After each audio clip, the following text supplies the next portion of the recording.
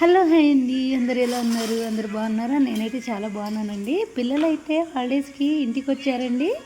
నేనైతే వాళ్ళ కోసం కొన్ని వెరైటీస్ అయితే చేశాను. అవి అయితే నేను చేస్తున్నాను. అవి ఏంటో నేను చూపిస్తానండి. ఇవి వచ్చేసి సన్న కారపూసలు అండి. సన్న కారపూసలు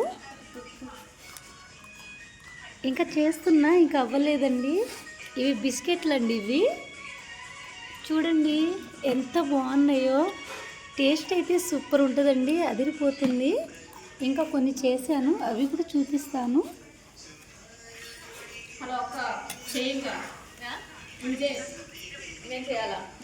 సన్న కారపూసలండి, చాలా బాగుంటుంది. ఇంకా ఇంకేం చేశాను, అరిసెలు అయితే చేశానండి. ఇవి కూడా మీరు చూడొచ్చు.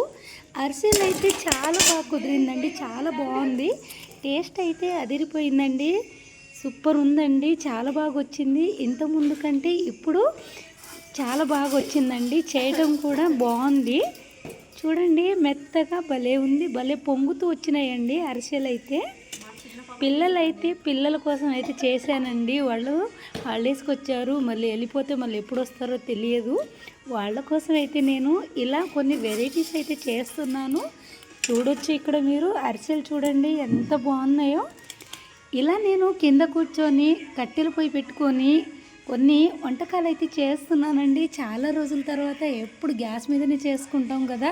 ఇలా చేయడం వల్ల కూడా చాలా హ్యాపీగా అనిపిస్తుంది, చాలా బాగుంది, చాలా ఆనందంగా అనిపిస్తుందండి. చూశారు కదా, చిన్నప్పుడు అమ్మ వాళ్ళు ఇలా పొయ్యి పెట్టుకొని వంట చేసేటోళ్ళు. ఇప్పుడు ఇలా నేను చేస్తుంటే నాకు కూడా చాలా హ్యాపీగా అనిపిస్తుంది, చాలా బాగుంది, చాలా అంటే చాలా నచ్చిందండి. చూస్తున్నారు కదా.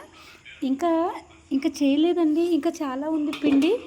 చూడండి, తొందరగా చెయ్యండి. చేస్తా. ఇదేనండి, ఇదేంటి, ఏం పిండి ఇది? కారపూస పిండి.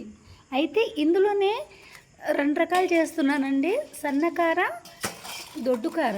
చూసారు కదా, చాలా బాగుంటుందండి. పిల్లలు టీలో తింటారంట. నా వీడియో నచ్చితే లైక్ చేయండి, షేర్ చేయండి, సబ్స్క్రైబ్ చేసుకోండి ఫ్రెండ్స్. ఓకేనా, బాయ్.